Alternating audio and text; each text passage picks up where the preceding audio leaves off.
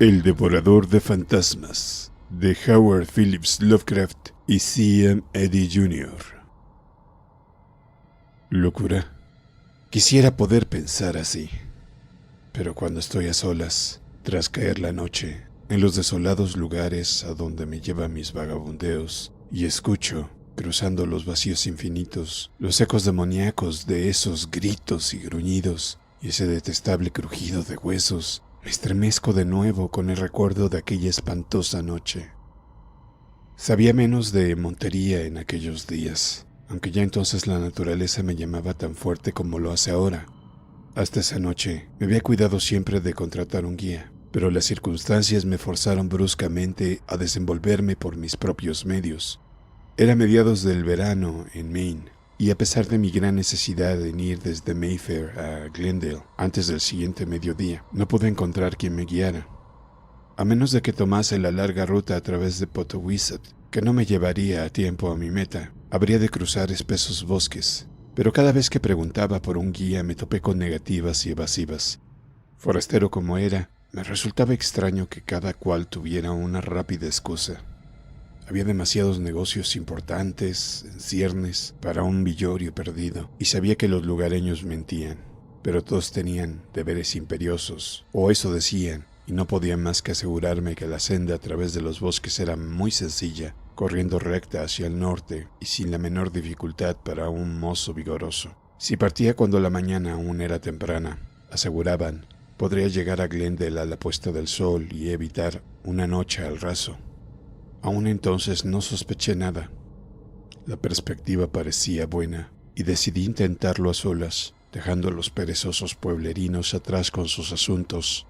Probablemente podría haberlo intentado aún recelando, porque la juventud es testaruda y, desde la niñez, me había reído de supersticiones y cuentos de viejas. Así, antes que el sol se estuviera en alto, me había encaminado entre los árboles por la trocha serpenteante, con el almuerzo en la mano y la automática en el bolsillo y el cinturón repleto de crujientes billetes de gran valor. A juzgar por las distancias que me habían dado y el conocimiento de mi propia velocidad, supuse que llegaría a Glendale un poco después del ocaso, pero sabía que retrasándome durante la noche por algún error de cálculo, tenía suficiente experiencia en acampada como para no amilanarme. Además, mi presencia en el punto de destino no era verdaderamente necesaria hasta el mediodía siguiente. Era el clima lo que amenazaba mis planes. El sol, conforme subía, abrasaba aún a través de lo más espeso del follaje, consumiendo mis energías a cada paso. A mediodía mis ropas estaban empapadas de sudor y me sentía flaquear a pesar de toda mi resolución. Al internarme, estaba más profundamente obstruido y en muchos puntos casi bloqueado por la maleza. Debían haber pasado semanas, quizás meses, desde que alguien atravesara aquella ruta, y comencé a preguntarme si, después de todo, podría cumplir mi programa. A fin, sintiéndome verdaderamente famélico, busqué la zona más profunda de sombra que pude encontrar y procedí a almorzar el tentempié que el hotel me había preparado. Eran algunos sándwiches insípidos, un pedazo de pastel rancio y una botella de vino muy flojo. Aún no siendo un suntuoso festín, fue bastante bienvenido por alguien en mi estado de acalorado agotamiento. Hacía demasiado calor para que el fumar fuera gratificante, así que no saqué mi pipa. En cambio, cuando hube acabado mi comida me tumbé a lo largo bajo los árboles, tratando de reposar un rato antes de emprender la última etapa de mi camino. Supongo que fui un estúpido por beber ese vino porque, flojo como era, fue bastante para rematar el trabajo que el bochornoso y opresivo día había comenzado. Mi plan consistía en una simple y momentánea relajación, pero con apenas un bostezo de aviso, caí en un profundo sueño.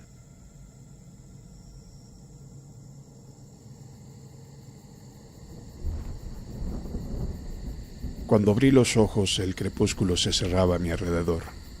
Un viento acariciaba mis mejillas, devolviéndome rápidamente mi pleno sentido, y mientras hojeaba el cielo vi con aprensión que las apresuradas nubes negras estaban creando un sólido muro de oscuridad, indicio de violenta tormenta. Ahora sabía que no podría llegar a Glendale antes de la mañana, pero la perspectiva de una noche en los bosques, mi primera noche de acampada solitaria en la espesura, parecía muy repugnante bajo esas especiales condiciones. En un instante resolví avanzar durante un rato al menos, con la esperanza de encontrar algún cobijo antes que la tempestad se desencadenara. La oscuridad se extendía sobre los bosques como un pesado manto. Las nubes bajas se tornaban aún más amenazadoras y el viento reciaba a un verdadero vendaval.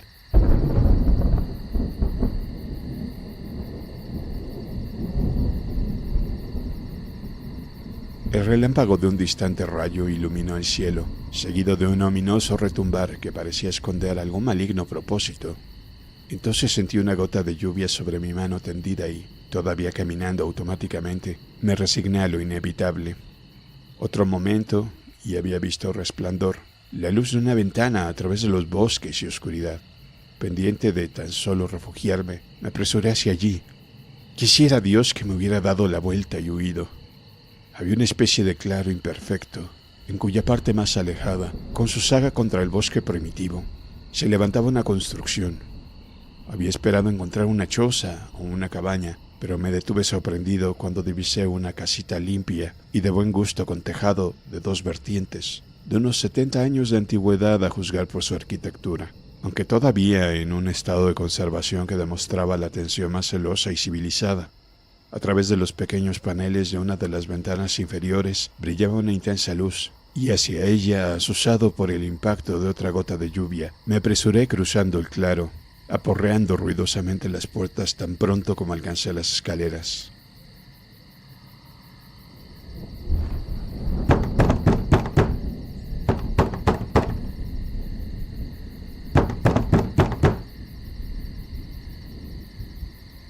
Con prontitud mis golpes tuvieron respuesta en una voz profunda y agradable que pronunció una sola palabra.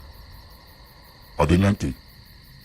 Empujando la puerta desatrancada, entré en un penumbroso salón alumbrado desde un zaguán abierto a la derecha, más allá del cual había una habitación atestada de libros, con la ventana iluminada. Mientras cerraba la puerta exterior a mi espalda, no pude por lo menos que reparar en un extraño aroma en la casa. Un perfume débil, elusivo, casi indefinible, que de alguna forma sugería animales. Mi anfitrión, supuse, debía ser un trampero que regenteaba sus negocios allí mismo. El hombre que había hablado se sentaba en una amplia butaca junto a una mesa central de mármol, con su forma enjuta envuelta en una larga bata gris.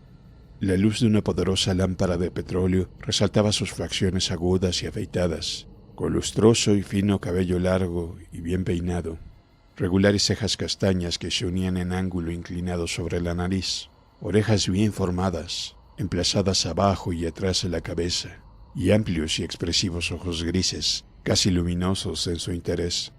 Al sonreír una bienvenida, mostró un magnífico juego de firmes dientes blancos, y mientras me señalaba una silla con un ademán, me percaté de la delgadez de sus delicadas manos, con largos y ahusados dedos de rojizas y almendradas uñas ligeramente curvas y exquisitamente manicuradas.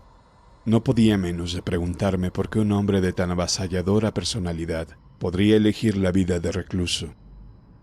Perdón por la intromisión, me excusé, pero estoy tratando de llegar a Glendale antes de la mañana y una tormenta me hizo buscar un refugio.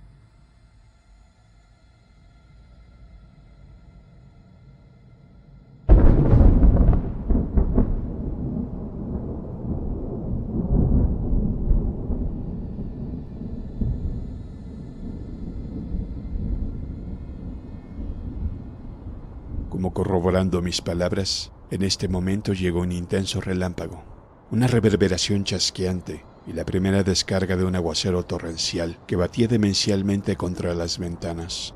Mi anfitrión, que parecía ajeno a los elementos, me dedicó otra sonrisa al responder. Su voz era entonada y bien modulada, y sus ojos mostraban una serenidad casi hipnótica. Sea bienvenido a la hospitalidad que yo pueda ofrecerle, aunque me temo que no sea mucha. Tengo una pierna tullida, por lo que tendrá que hacerse cargo. Si tiene hambre, encontrará abundancia en la cocina. Abundancia de comida, no de ceremonia. Creí detectar una levísima traza de acento extranjero en su tono, aunque su lenguaje era fluido e idiomáticamente correcto. Alzándose a impresionante altura, Se dirigió hacia la puerta con largos y renqueantes pasos, y me percaté de los brazos inmensos y velludos que colgaban a cada lado, en curioso contraste con sus delicadas manos. Venga, Invitó. traiga la lámpara con usted. Puedo sentarme igual de bien en la cocina que aquí.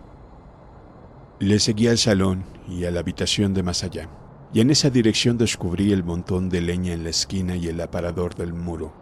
Unos instantes más tarde, mientras el fuego brincaba alegremente, le pregunté si no debería preparar comida para dos, pero él declinó cortésmente. Hace demasiado calor para cenar, me dijo. Además, he tomado un bocado antes que usted llegara.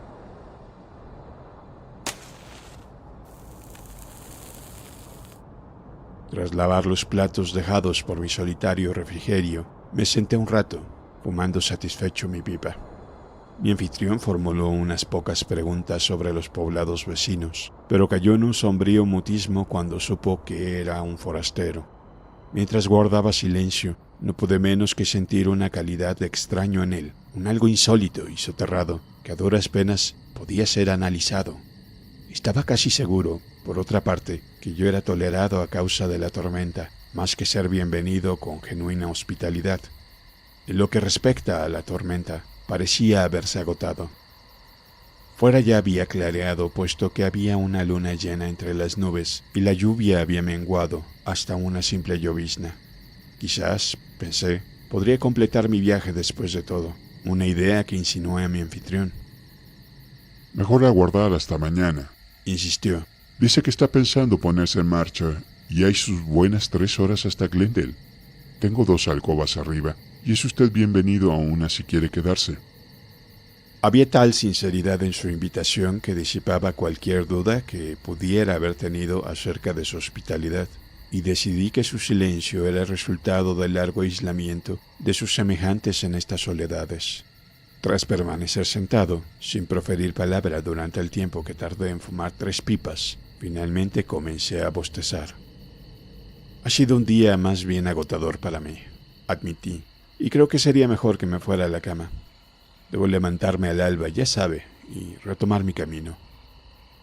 Mi anfitrión agitó el brazo hacia la puerta, a través de la que podía ver el salón y las escaleras. Venga, Me indicó. lleve la lámpara con usted. Es la única que tengo, pero no me importa sentarme en la oscuridad, la verdad. La mitad del tiempo no la enciendo cuando estoy solo. El petróleo es difícil de conseguir aquí y voy raramente al pueblo. Su alcoba es la de la derecha, al final de las escaleras. Tomando la lámpara y volviéndome en el salón para desearle buenas noches, pude ver sus ojos relucir de una forma parecida a la fosforescencia en la oscurecida estancia que había abandonado. Durante un momento pensé en la jungla y en los círculos de ojos que a veces fulguran justo más allá del radio de la hoguera. Luego subí las escaleras.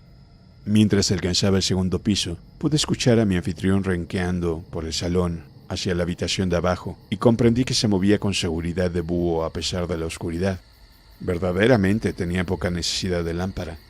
La tormenta había acabado, y al entrar en la habitación asignada, la descubrí iluminada por los rayos de la luna llena que caían sobre la cama desde la ventana sin cortinas orientada hacia el sur. Apagando la lámpara y sumiendo la casa en la oscuridad a excepción de los rayos de la luna, olfateé un punzante olor que se imponía sobre el aroma del queroseno, un olor casi animal que había notado al entrar en el lugar. Crucé hasta la ventana y la abrí de par en par, inspirando profundamente el fresco y limpio aire nocturno. Cuando comenzaba a desvestirme me detuve casi instantáneamente, reparando en el cinturón de dinero, aún situado sobre mi cintura. Quizás, reflexioné, convenía no ser imprudente o descuidado, ya que había leído acerca de hombres que aguardaban solo una ocasión para robar o incluso dar muerte a los extraños en el interior de sus moradas. Así, colocando las ropas de cama para hacerlas parecer a una figura dormida, alcancé la única silla en la estancia entre las envolventes sombras, cargando y encendiendo de nuevo mi pipa y tomando asiento para descansar o vigilar según lo requiriera la ocasión.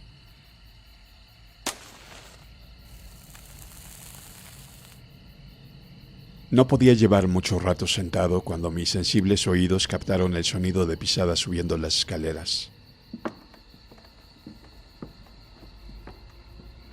Todos los viejos cuentos sobre anfitriones ladrones vinieron a mi cabeza, pero otro instante de escucha reveló que las pisadas eran francas, fuertes y descuidadas, sin atisbos de disimulo, mientras que los pasos de mi anfitrión, por lo que había oído desde el final de las escaleras, eran zancadas blandas y renqueantes. Apagando las brasas de mi pipa, la puse en mi bolsillo. Después, empuñando y teniendo mi automática, me levanté de la silla y caminé de puntillas por la estancia, agazapándome tensamente en un punto desde el que podía cubrir la puerta. Esta se abrió, y en el pozo de luz lunar entró un hombre que nunca había visto. Alto, de anchas espaldas y distinguido, con el rostro medio tapado por la espesa barba cuadrada y el cuello cubierto con una gran pieza de tela negra, de un corte tan obsoleto en América que le señalaba, indudablemente, como extranjero. Cómo había entrado en la casa sin que me percibiera es algo fuera de mi entendimiento, no pudiendo creer ni por un instante que estuviera oculto en la otra alcoba del salón abajo. Mientras lo observaba pensativamente bajo engañosos rayos de luna, me pareció que podía ver directamente a través de la robusta forma, pero quizás esto solo fue una ilusión derivada de mi repentina sorpresa. Percatándose del desarreglo de la cama, pero desdeñando evidentemente la fingida ocupación, el extranjero musitó algo para sí mismo, en una lengua extraña, y procedió a desnudarse. Lanzando sus ropas a la silla que había desocupado, se metió en la cama, se arropó, y en 1 o 2 segundos estaba resollando con la regular respiración de alguien profundamente dormido. Mi primer pensamiento fue buscar a mi anfitrión y pedirle una explicación, pero un segundo más tarde decidí que sería mejor asegurarse que tal incidente no es una secuela de mi sueño de borracho en los bosques. Aún me sentía flojo, desmayado y, a despecho de mi reciente cena, estaba tan hambriento como si no hubiera comido nada desde el almuerzo del mediodía. Crucé hacia la cama y la alcancé, haciendo el hombro del durmiente.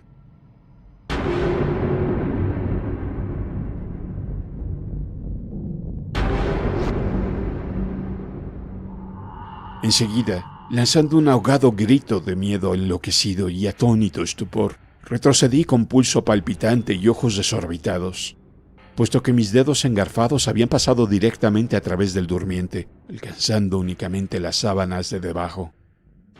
Un análisis completo de mis sensaciones enervadas y confundidas sería inútil. El hombre era intangible, aun cuando todavía podía verle, escuchar su respiración regular y observar su figura medio envuelta de lado, bajo las sábanas.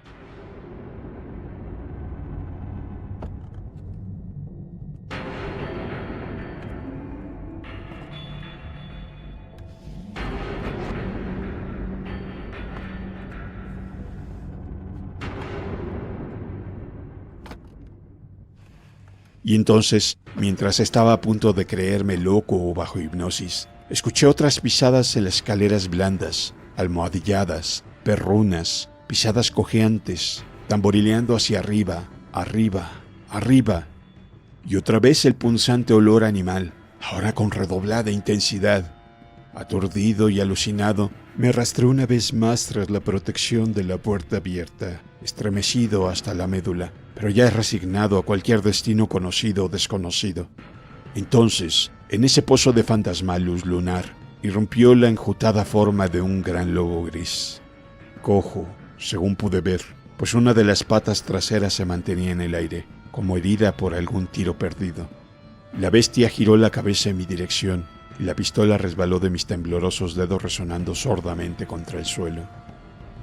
La ascendente sucesión de horrores había paralizado rápidamente mi voluntad y conciencia, porque los ojos que ahora fulguraban mirándome desde esa cabeza infernal eran los fosforescentes ojos grises de mi anfitrión, tal y como me habían observado a través de la oscuridad de la cocina. Ni siquiera sé si me vio. Los ojos fueron desde mi dirección hacia la cama y contemplaron con glotonería el espectral durmiente. Luego, la cabeza se echó atrás, y de esa demoníaca garganta brotó el más espantoso ulular que haya oído jamás. Un aullido ronco, nauseabundo, lobuno, que casi hizo detenerse a mi corazón.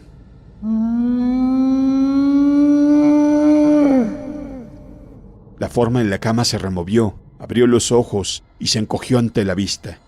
El animal se agachó de forma estremecedora, y entonces, mientras la etérea figura lanzaba un grito de mortal angustia humana y terror, que ningún espectro de leyenda podría falsificar. Saltó directo hacia la garganta de su víctima, con los blancos y firmes dientes reluciendo a la luz de la luna, mientras se cerraban sobre la yugular del vociferante fantasma. El grito terminó con un gorgoteo ahogado en sangre y los espantados ojos humanos se vidriaron. Aquel grito me impuso a la acción, y en un segundo había recuperado mi automática y vaciado el cargador en la monstruosidad lobuna ante mí. Pero escuché el impacto de cada bala mientras se estrellaba en el muro opuesto sin encontrar resistencia. Mis nervios cedieron. El terror ciego me lanzó hacia la puerta y me hizo mirar atrás para ver que el lobo había hundido sus dientes en el cuerpo de su víctima. Entonces llegó aquella impresión sensorial culminante y el arrollador pensamiento derivado. Era el mismo cuerpo que yo había atravesado con la mano momentos antes. Pero mientras me abalanzaba por esa negra escalera de pesadilla, pude escuchar el astillarse de los huesos.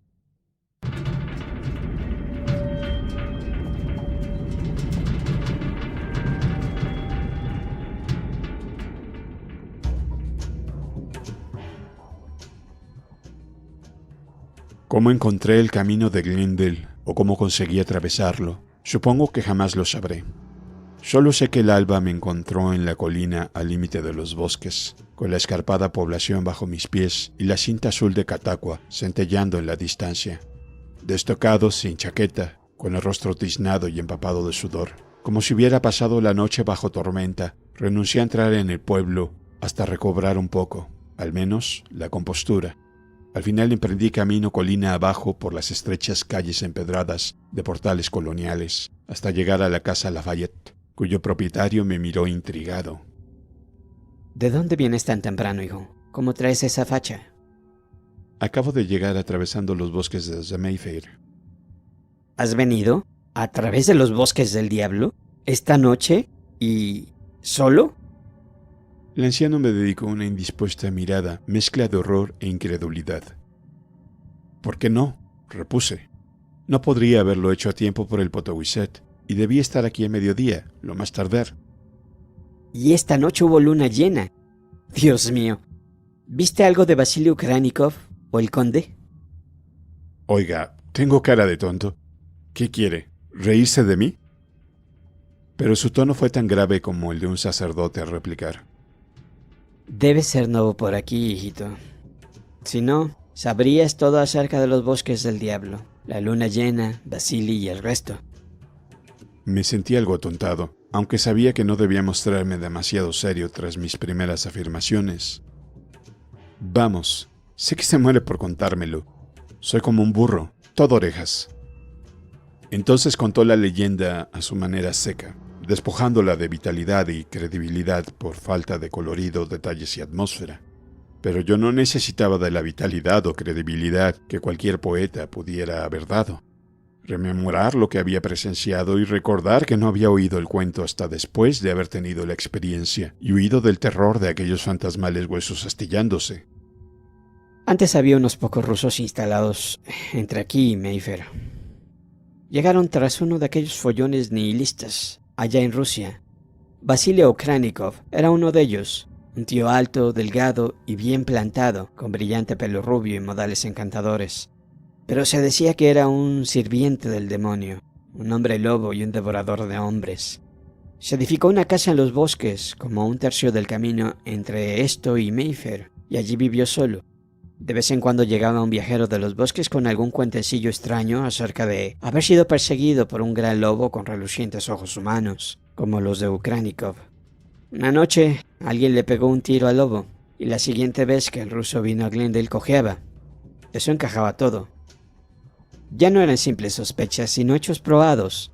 Entonces mandó a Mayfair por el conde. Su nombre era Fyodor Chernevsky, y había comprado la vieja casa Fowler, de tejado a 2 aguas en State Street, para que acudiera a verle.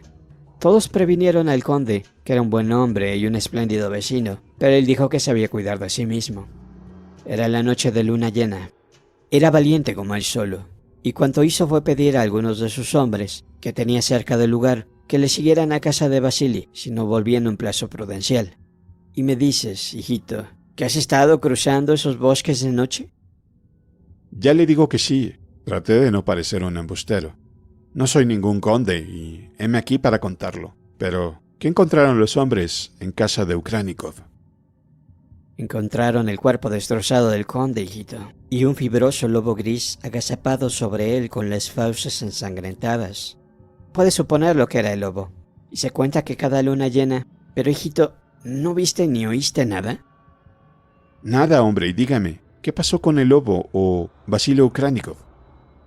Toma, lo mataron, hijo. Lo llenaron de plomo y lo enterraron en la casa. Y luego prendieron fuego al lugar. Sabe que esto fue hace 60 años, cuando yo era un crío, aunque lo recuerde como si fuera ayer.